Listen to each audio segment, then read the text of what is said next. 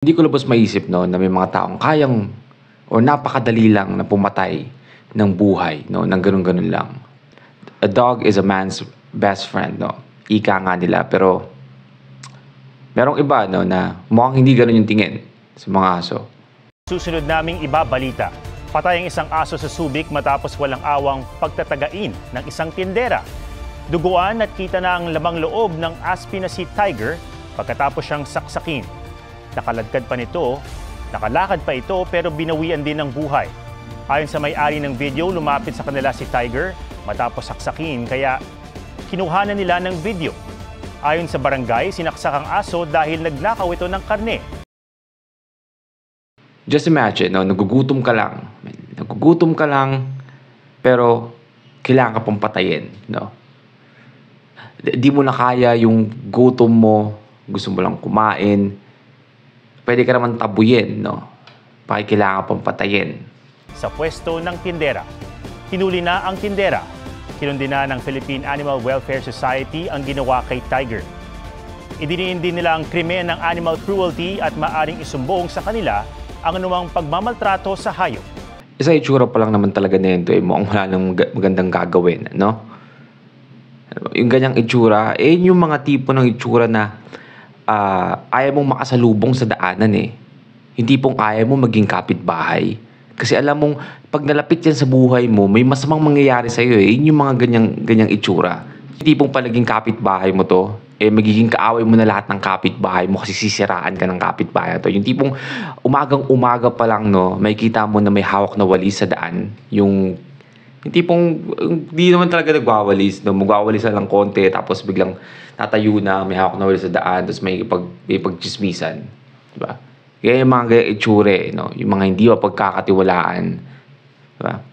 Yan yung mga itsura na masasabi mo talaga na, damn, mukha kang masama. Ayun, yung definition ng mukha ng masama 'no, kung gusto mong i-describe yung masamang tao, and gawin mo siyang mukha, ayun yung itsura nun 'no. So yun nga 'no, nakulong na nga itong masamang tao na 'to 'no, and makikita yun sa may mga litrato na makikita mo siyang umiiyak 'no, na parang hindi siya makapaniwala na makukulong siya.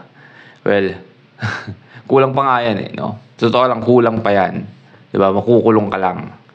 Pero yung, pinatay mo, wala na 'no. Siguro nga mas maganda na nga na pumunta na sa langit si Tiger 'no, kasi parang hindi naman deserve ng tao ang, kadalasan ng tao o mga aso 'no, dahil sa mga pinagagawa dahil sa animal cruelty or kadalasang animal cruelty na nangyayari sa daan, lalo na dito sa Pilipinas 'no, na hindi naman masyadong napapansin 'no. Kailangan pang mamatay ng aso para lang, maging siyang big deal.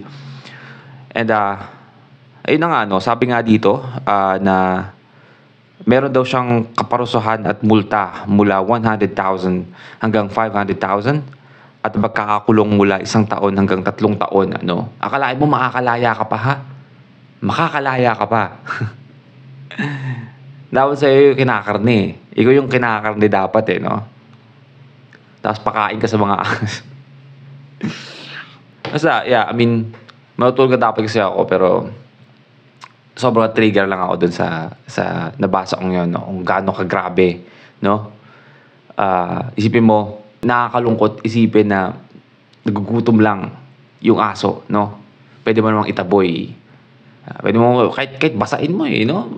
Basain mo ng 'di ba nasa karnihan ka, 'di ba, meron kang tubig dun, basahin mo or kahit to tell you honestly, alam kong hindi dapat 'no, kasi it's still animal cruelty 'no, pero kahit batuhin mo ng tsinelas, 'di ba? Kahit di mo patamaan, tatakbo yan, matatakot yan kahit nga ganunin mo ganunin mo ng paa mo, matatakot yan, Pero ayun nga, hindi mo kailangan tagain or di mo kailangang, bawian ng buhay 'no. Pero yeah, gusto ko lang i-share yun kasi, gusto ko lang makita niyo kung ano yung itsura ng masamang tao 'no. So, yeah.